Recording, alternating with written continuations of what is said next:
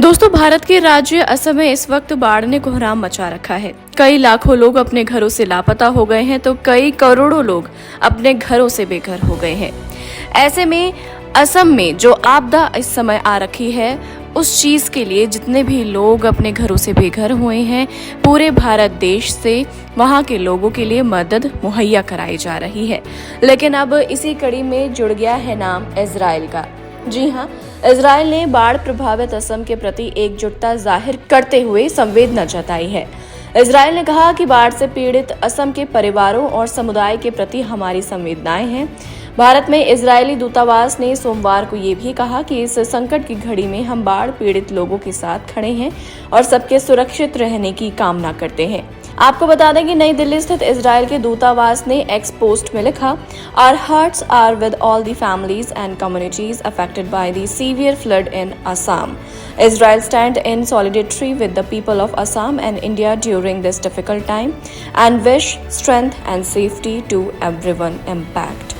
आपको बता दें कि असम में मूसलाधार बारिश के बाद बाढ़ आ गई है। कांग्रेस अध्यक्ष मल्लिकार्जुन खड़गे ने एकजुटता दिखाते हुए बताया कि असम के 25 जिलों के लाखों लोग बाढ़ की चपेट में हैं।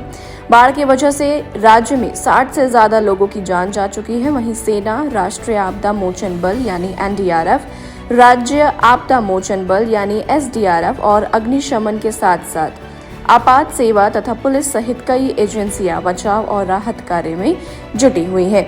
इस बीच कांग्रेस अध्यक्ष मल्लिकार्जुन खड़गे और लोकसभा में नेता प्रतिपक्ष राहुल गांधी ने सोमवार को असम के बाढ़ पीड़ितों के प्रति एकजुटता व्यक्त की और इस समस्या के स्थायी समाधान की मांग की है। इस वर्ष असम में बाढ़ के कारण 68 लोगों की जान जा चुकी है, जबकि व्यापक स्तर पर काफी ज्यादा तबाही हुई है। दोनों नेताओं ने इस समय के स्थायी समाधान की मांग की और याद दिलाया कि कैसे भाजपा इसी वादे के साथ सत्ता में आई थी।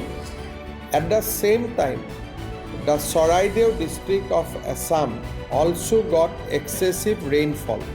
The excessive rainfall is the temperature range is about 435 to 490%.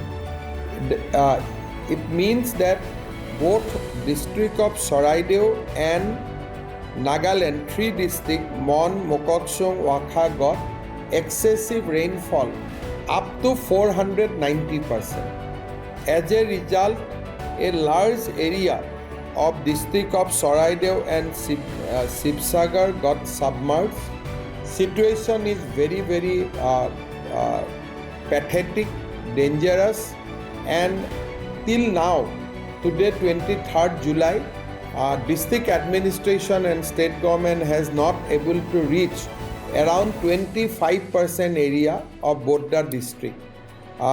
In Bodda district, we have already lost a good number of human life. In Sibsagar, Saraideo, we already lost 10 human life, and in Sibsagar, we have already lost 21 human lives. Together, Bodda district recorded loss of 31 human lives. As of now, 7 persons are still missing and more information are still coming. बहरहाल आज के लिए इस video में इतना ही। और भी ऐसी स्टोरीज को देखने के लिए आप जुड़े रहिए हमारे साथ। तब तक के लिए नमस्कार।